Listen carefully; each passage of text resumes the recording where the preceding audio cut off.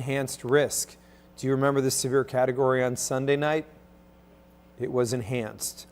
So we're going to need to discuss, is this going to be equivalent to what we saw on Sunday night, less, more? Remember, the Storms Prediction Center puts out their risks, but I still produce my own analysis of that. And I know some are going to ask, do we know exactly what happened on the Wednesday tornadoes? Not yet. The National Weather Service has stated they're going to wait till all of this comes to an end and then they'll survey. National Weather Service Indy was able to get out and survey the parts of our area that they service, so they did find an EF0 in Lawrence County. So as it stands, remember, Louisville hasn't done any surveying, but the tornado counts at least one. My opinion is we're going to need to survey Washington County in Indiana. I think we're going to need to survey Louisville all the way through the whole county. I think we're going to have to extend that into northern Hardin County, into parts of Meade County. I think we're going to need to survey parts of Nelson County. We had some scattered damage around our southeast counties in Greene, Marion, Taylor, and Adair, and I know we have some damage that is also near Hart County. So there's a lot of surveying that has to be done, and then we'll get an accurate picture. And again, you know, in full transparency, some have asked me what my opinion is. Can you accurately survey a storm that happened on Wednesday that has been cleaned up since Wednesday? We're going to get potentially more windy and severe weather tonight. There's been significant flooding, and there'll be more flooding through the weekend. Can you get an accurate assessment of whether it's a tornado or straight line winds and the strength?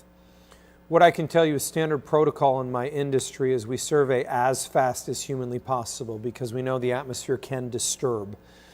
All I would say is I don't think that this is the ideal way to do things, but sometimes you have to do what you think is best. And I can tell you that I feel very strongly that they feel that what they're doing is best. And what they feel is they need to use their resources with the active, ongoing, life-threatening flooding and the multi-day severe weather scenario that we have dealt with. So, you know, I don't think you can bad somebody for trying to help save and protect lives. Again, as we go into this video, if you appreciate them, thumbs up, some hearts across the screen, and share the video. All right, let's do this. So we've got an enhanced risk of severe weather tonight. An enhanced risk of severe weather is the exact same severe weather threat we were under Sunday. Okay. Sunday produced 5 EF1 tornadoes, and virtually every one of our counties went under a severe thunderstorm warning. So I think it would be natural if you said, Mark, okay, we're under the same category, same class. It should be comparable, right? I mean, they're both enhanced risks. I mean, why should, if they're not going to all be the same, then how do I know what to expect? So I'm going to break this down and give you my thoughts. Damaging winds, hail, and isolated tornadoes are possible. The stuff that could have produced the larger hail is weakened off a lot, and it's got itself onto the cold side of the front, and that just is going to lower our severe weather threat. So these are the probabilities. You can see at the top of your screen the legend, number 1, and number 2, you can see what it is. So this is the tornado threat. You'll notice the hatched area does not cover that 10% probability. In fact, the hatched area, which means a 10% chance or greater of an EF2 plus tornado, actually doesn't include any of our area. It's a 10% chance of a tornado. It's 10% within a 10-mile area of a point.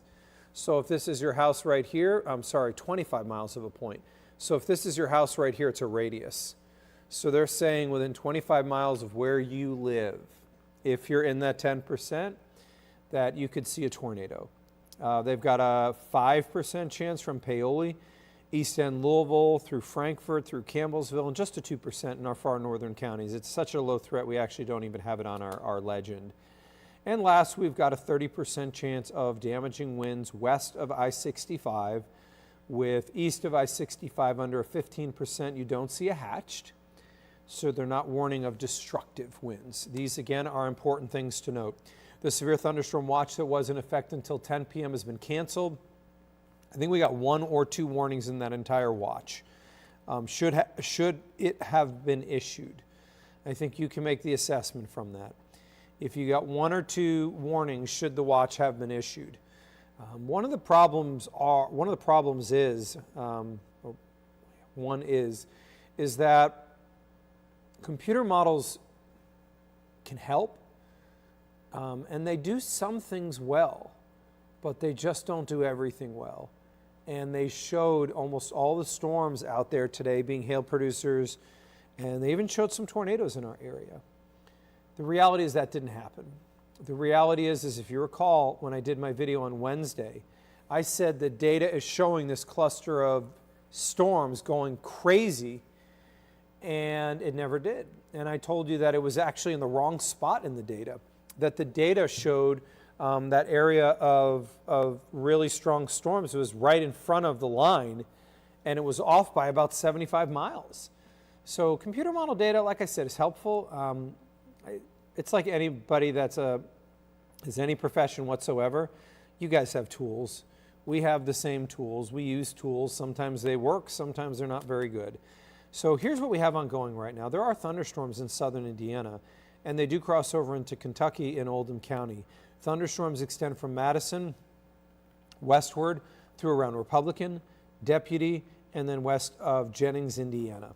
There is some lightning on here.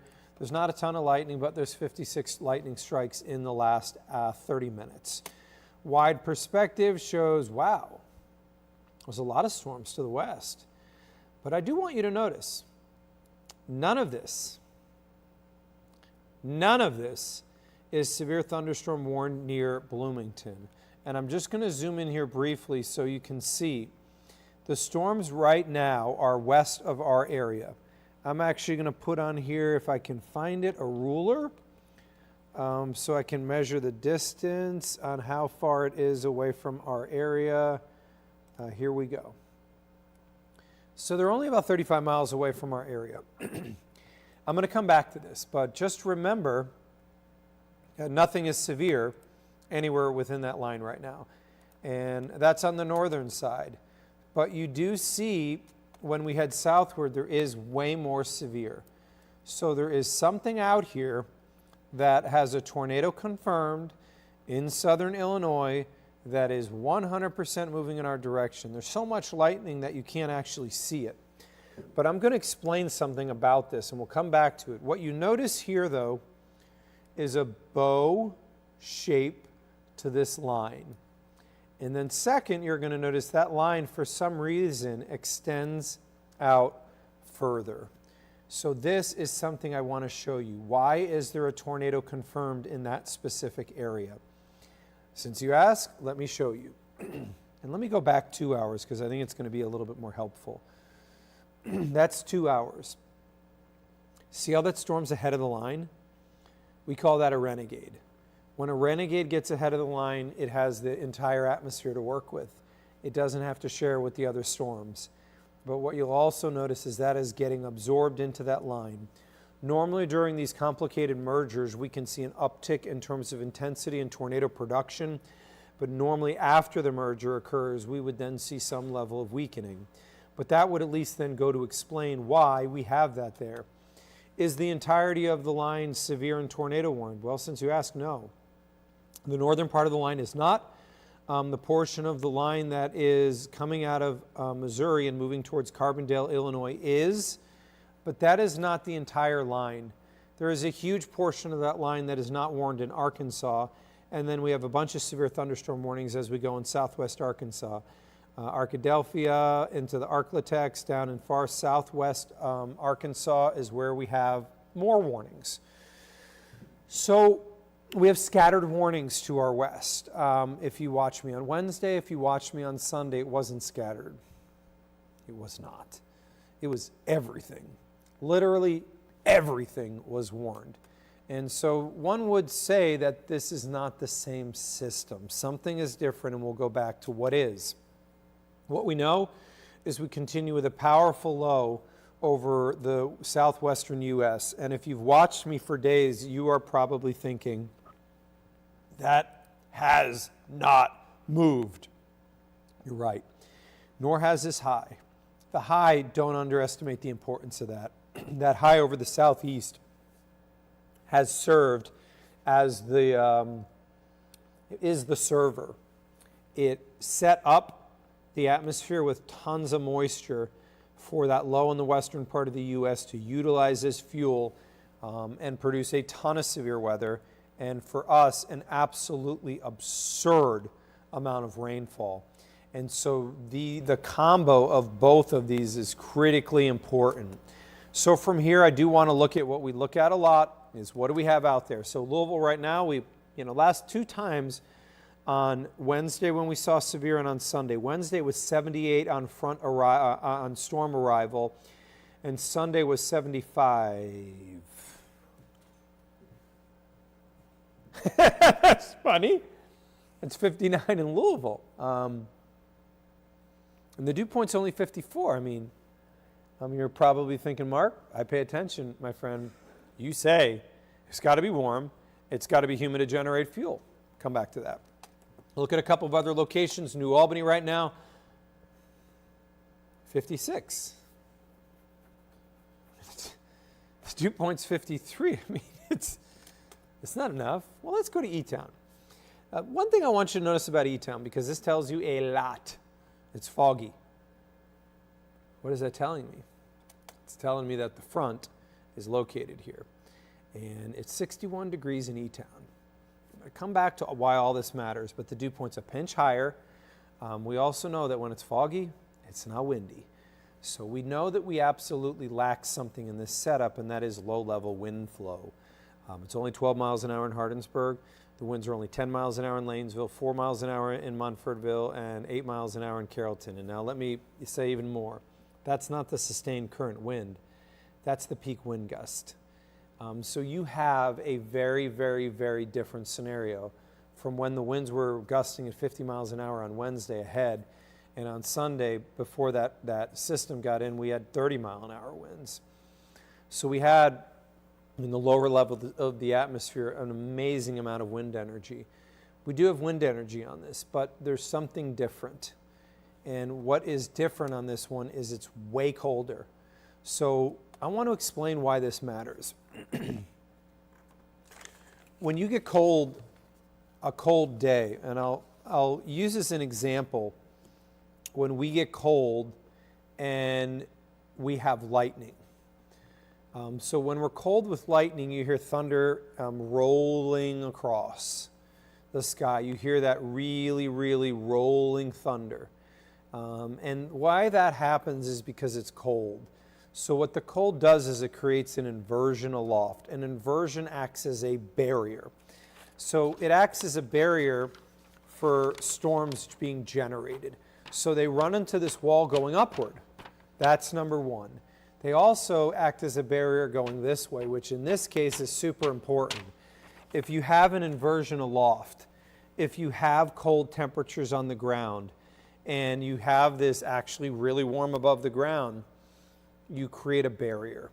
So that barrier then doesn't allow rotation that's being generated aloft to get down to the ground where we live, and it doesn't allow the winds from aloft to get down to the ground either.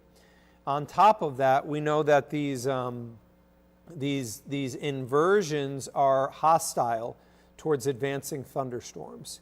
So we don't have the same conditions. What can get through an inversion? Hail. And hail would occur if we have really high fuel. But you look, and you can see that the fuel values are inevitably going to be better in Munfordville, in Campbellsville, and in Greensburg, and even Bowling Green and Hopkinsville, where the temperatures are way warmer. And that is just a statistical fact here. The dew points are decent, and they're 70 in Springfield, and 67 in Campbellsville, and 65 in Bowling Green, and 67 in Madisonville. But it's unavoidable, and you cannot ignore the fact that we are not as warm. And this is a critical component as we look. So right now, there is fuel in the southern part of our area, but I'm going to just look to my left while you're on here. I'm just going to do a quick real-time analysis on what that fuel is, because I don't believe that those numbers are necessarily correct. This is the HRRR computer model, and it is one of the best in the world. But as I just stated, it's a tool. I don't show you data that I don't analyze. I am a meteorologist. I'm not a social meteorologist. I am not somebody that just throws out this trash. I analyze. And when we look at this data, it is in stark contrast with what we're seeing in real-time analysis, which shows the far southern part of our area has about 100 units of fuel. When you get to the Kentucky-Tennessee line, it's about 500. So I'm telling you that these numbers are about 1,000 units too high, and they're wrong. But it's one of the best models we have, and I just wanted to show you why it indicates what it indicates, why the Storms Prediction Center probably did what they did, and why my analysis differs some. So inevitably, as we see temperatures maybe flatten or maybe even come up a little bit, we're not going to get to 70 tonight. It's just not happening. It shows some fuel values. It shows about 1,000 units of fuel. Well, you're probably scratching your head and you're saying, Mark, you just told me that it shows 1,000 units too high. Are you saying that that would mean that the instability is minus? No. But what I am telling you is it's probably much lower at the surface where we need fuel to generate severe. If it's elevated fuel, remember the barrier exists where the wind and rotation cannot get down to the ground. So the surface-based arguably may never get above zero in Louisville. You have a better chance to get above zero as you go into our southern counties. And so what this normally would mean is this is going to run into where there's higher fuel to the west, where there is fuel right now. But it's going to run into eventually a scenario where it runs into no fuel or only elevated fuel. And when this happens, one would expect the intensity to come down. So what we're going to do here is we're going to look at a couple of the ingredients. The data shows us peaking around 800. Real says we should not peak above a couple of hundred. What about wind energy? Well, we meet criteria. We've got, remember, north of about 40 miles an hour meets our criteria necessary for organized severe. And remember, the storms that are out there now are working in wind energy that supports organized severe. Well, why did they cancel the watch? They canceled the watch because we have an inversion out there we just talked about. And the Storms Prediction Center issued it. The Weather Service took it down. And the Weather Service took it down early because conditions are not favorable for severe right now. What you will notice is, and this is unavoidable, the environmental winds are much stronger when that line approaches. And they may a mile above the ground. Remember, you're not looking at winds at the ground. But this is the environmental condition that the storm has to work with. And those environmental conditions show that they're near 60 to 70 miles an hour. They are strong. And we know the winds right now are out of the east. So there is a little turning as you go upward in the atmosphere. And this is why, regardless of this scenario, a risk should exist, but should it be enhanced? So let's look at the data here. A couple of things I want you to note, and this is the right now. First off, what I want to do is what I did when I started the video. Are the storms in the correct distance away from our area? And it is just a simple question.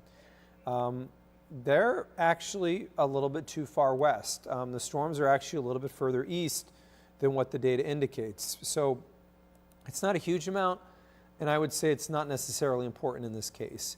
It still shows some scattered thunderstorms ahead. We know that the coverage is probably a little bit aggressive and generous in the data, but we know at least that we're not looking at anything crazy in the now. So at 10 o'clock, we have not seen much movement on what's going on in Indiana, in western Indiana. We know that's elevated garbage right now. The main line is approaching Kentucky, Indiana, junction with Illinois at around 11 p.m. So what we know is the fuel is better somewhere to the west. And we know that the fuel starts to tank really as you approach our area. So I'm going to actually leave a couple of arrows on here because that's kind of where we think the fuel is going to come down. So if you watched me the other night, you're like, Mark, I watched you on Wednesday night and you said the storms are hitting a cliff and that the intensity should come down. Now understand that was still with 1,500 units of instability, which is quite a bit. So the storms here look decent at 1 a.m. as they're near Evansville. The storms now, that's interesting. We're starting to see less of those purples in there, aren't we? Yeah, there's one near Bedford. There's one there. But this southwestern part of the line doesn't have those purples in there that it once had. So is this what's happening? Putting gas. We're not putting good gas into the tank. We're seeing a weakening trend. That's even more interesting. That's moved into our western counties. I didn't have any purples anymore. That's interesting. But that's around 2 to 3 a.m. This is way overnight. And now you can see that the line on the front of it, it simply doesn't look as strong. There's now, instead of purples, there's yellows. Instead of purples, there's only some isolated reds in here. But we do see what makes sense. It shows that the line in the southern part of our area is stronger. Remember, the temperatures are near 70 to 80 here. The dew points are way higher than they are near Louisville. I mean, this is not rocket science. I'm not telling you something that you can't, or anybody with a degree in this science can't easily analyze. But you can see that it's showing stronger in the south. But even then, it's getting towards daybreak around 5 a.m. and it's grenading everywhere along the line. It doesn't look that intense. And now we're looking at heavy rain as we move towards the morning, which just is kind of a like, really? And that's the problem. So you see the data here. You got a sense of the time. So let's just go back here. You're talking 11 p.m. Actually, let me put that later. We're talking midnight to 2 a.m. in our western counties: Bedford, French Lick, Paoli, Jasper, Tell City. We're talking probably around 3 a.m. for Seymour, Louisville, Elizabethtown, southward through around Litchfield. We're talking 4, 5, 6 a.m. for areas like Frankfort, let's say Springfield, Kentucky, through around the Lebanon area, Greensburg, Campbellsville, and Columbia. This is not the ideal time for severe weather. Number two, we know that the fuel's not incredibly good. We know that we do have enough wind energy to support a severe threat.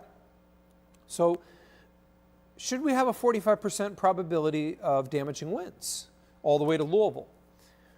Should we have a tornado threat of 10%? And you can see the Storms Prediction Center, while I was doing this video, just did an update. And I'm going to look at it while I have you guys on here. So it is indeed factual that they moved their 10% probability of a tornado further west and further south. If you watch me in the beginning of the video, this is not the same location. They did keep the 30% probability towards Louisville, but they lowered the tornado threat. Would I have done the exact same thing? So for me, I would have taken the 10% and I would have put it only including, I would include Hardinsburg, and I would include around, you know what, in our area, I'm going to cut it at Hardinsburg. That's what I would do. And what would I do with the damaging wind threat? So I think they're being a little bit too generous on this. I would also put in the western part of our area, I'd move it here, and I'd keep the 15% for Louisville. This is my analysis and my opinion on what we're going to see. I don't issue these risks, the Storms Prediction Center does, and what I do is I give you my thoughts. So that's kind of my thinking on this for tonight, and I just want to say one thing before we go into questions. We lost a 9-year-old today who was swept away by floodwaters. I think anybody that hears that feels that. And I just want to say one thing. We've all encountered flooded roadways here in the last few days. We're going to encounter more in the coming days. And you may have made it through. I can't tell you what you've done. But I would ask you that if you encounter a flooded roadway, just give me 2 seconds. Close your eyes. Think of your spouse, husband, your wife. Think of your kids if you have them. If you don't, think of your parents. Think about the people you work with. Think of your BFF. And I want you to just see their face for a second. And before you decide to drive into that roadway, I want you to think and see their face. And I want you to say to yourself, is this worth it? If I drive in here, I may never see them again. And these people I care about and love may be attending my funeral next week. And I just want you to think about what it means to drive into a flooded roadway, because it can be the end of the book of your life. And I can tell you, I have so many things I want to do, but being in my vehicle as it's being submerged and water is coming up as I'm gasping for air is not the end of the story that I want. So please, let's make good decisions out there. as we're all going to encounter flooding here in the coming days. If you guys appreciate the Facebook Live video, thumbs up and hearts across the screen. There's 3,100 people in here right now. Please share the video with your page if you have not. Second, please like my page if you haven't. If you like my page or follow on my page, you'll get alerts when I go live. And as you guys have seen, this has become a highly valuable way. We have one of the largest weather communities in the country. And in our area, there's not even anybody that's close to having the numbers that we have. We started off this year on my page, I think, at 296,000. And we're getting close to 320,000 people. And this is just one of my social channels. So thank you to you guys. Second, I want to tell you this because I think you guys would want to know. We did get our ratings from Wednesday. I ask you guys to support me on TV because that's how you assure that I will be doing this and I'll be your meteorologist for many years to come. And it wasn't even close. You guys were watching us. The closest of our competitors we had 40% more viewers than they had. And I don't say that from a side of trying to be arrogant. If you guys know me, that is not who I am. But I say this because your support is noticed, and your support for us, our management sends out a big email, our owners see that stuff every single day, and your voice, if I'm your guy, your voice is heard very loudly. And I appreciate you guys showing up and supporting me. And remember, I'll be on WDRB News at 10 o'clock tonight. You can watch out on TV, and remember, if you don't watch us on TV, you can always stream us on WDRB.com or just download the WDRB Plus app.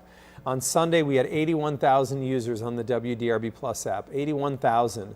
And on TV, we had 110,000 at an individual moment. So we had about 200,000 people just between those two entities. The Facebook Lives had 1.175 million views on Wednesday.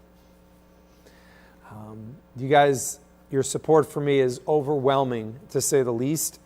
And I appreciate what you guys do. I said this earlier, but we go through this stuff together. And remember, with the Facebook Lives, if you share it on your feed, even if they don't watch it live, they can come back in later and they can time along to whatever they want. So sharing the video is super important.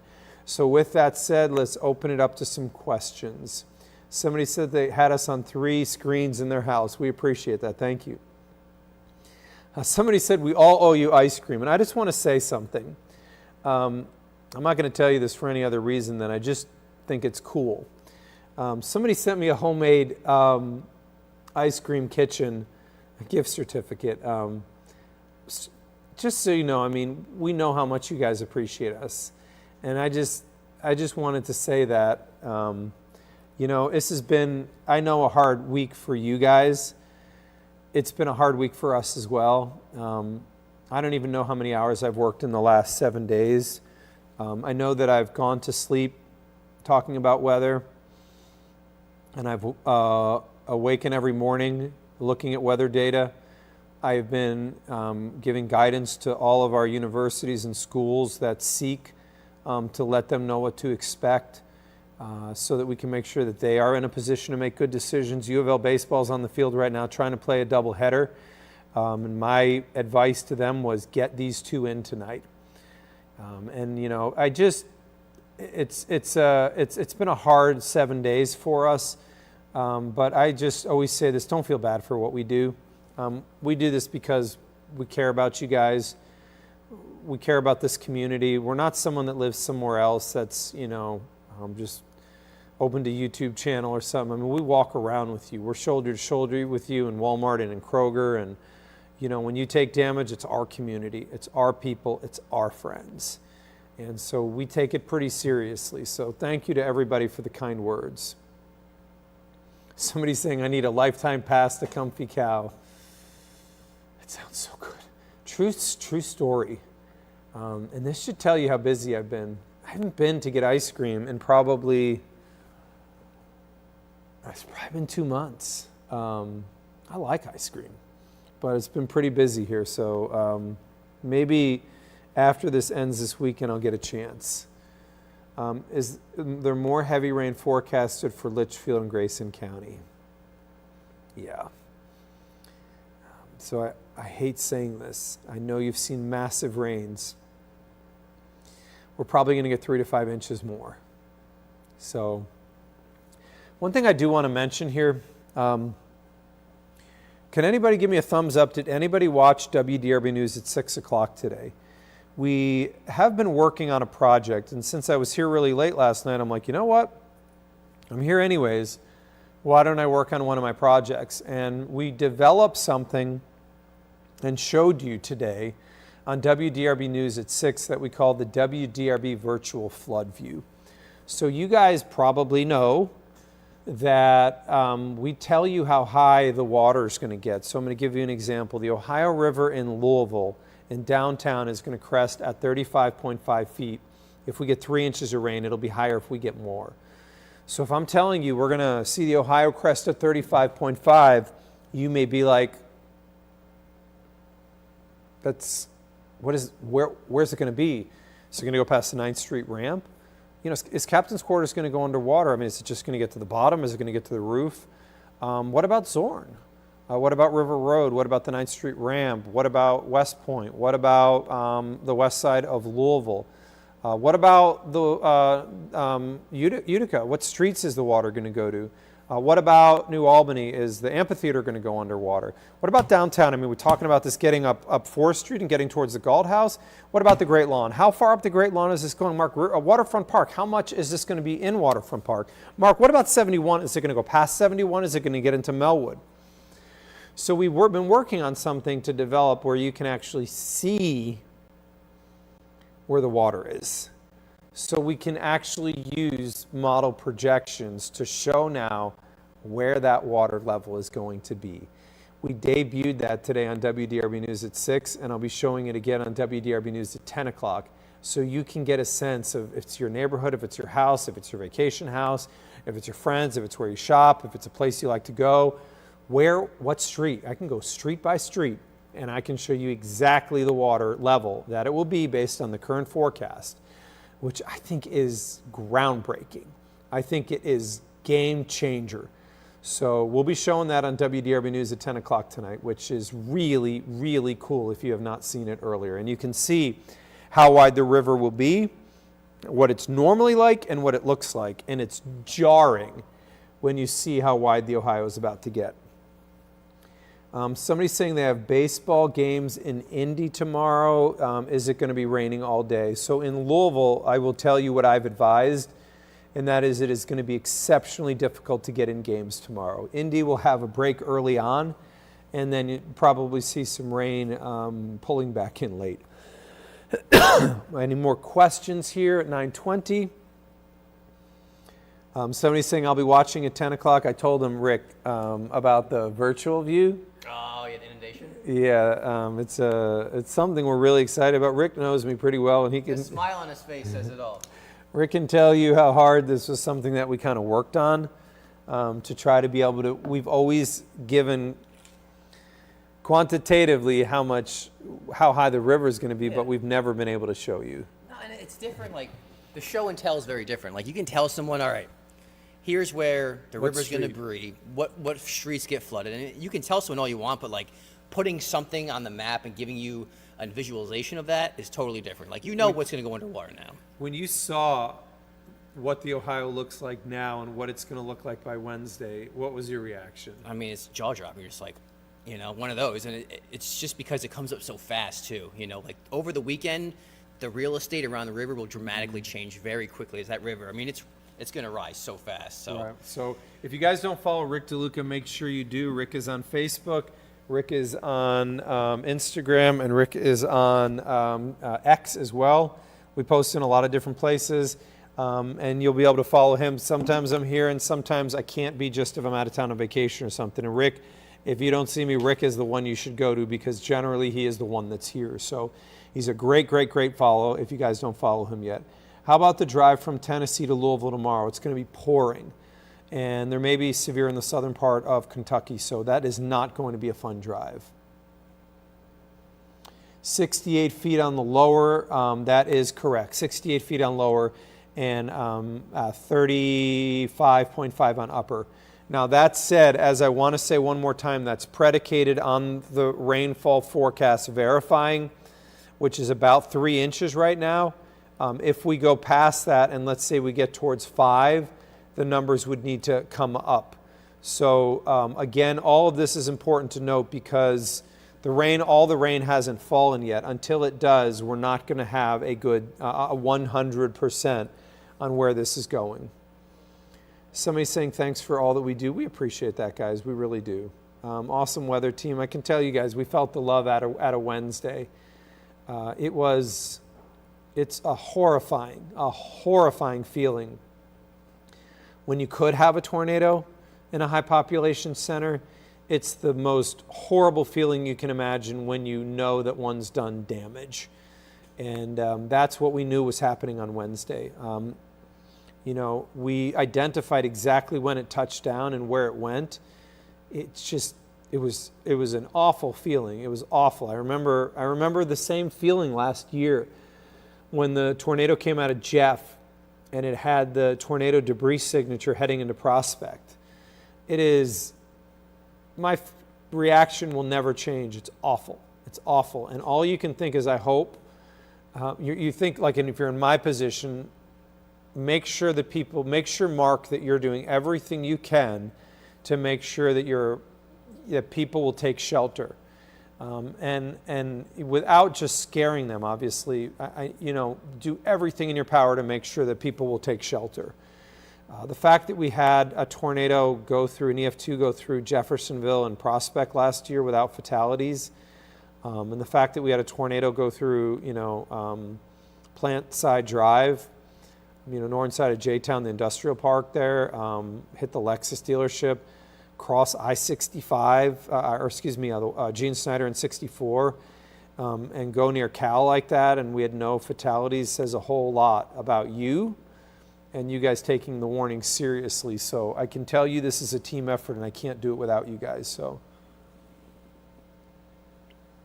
now let's do 3 more questions, and then I'm going to start to prep for the newscast because I got to get ready.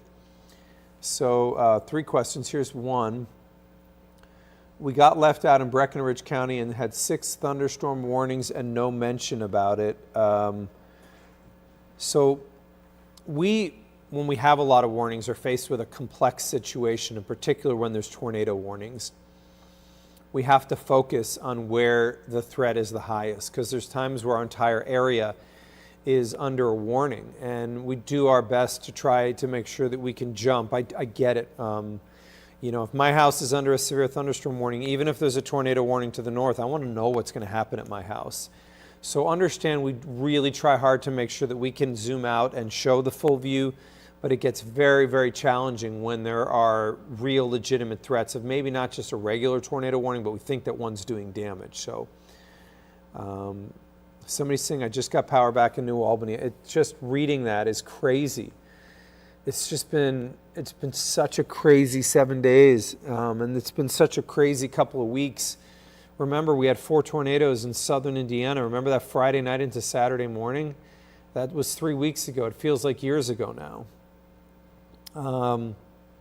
Let's see, 2 more questions. Somebody's saying, how bad for Scottsburg? So Scottsburg, we would watch for you. I'm going to say 2 to 4 a.m. Same goes for Louisville. There are a number of warnings west of Paducah, all severe right now. And we'll continue to keep an eye on those. But a lot of the data suggests we should see a downward intensity trend. But if you're asking me, do I think we're going to get warnings tonight? My answer is yes. I do think we are. One more question here.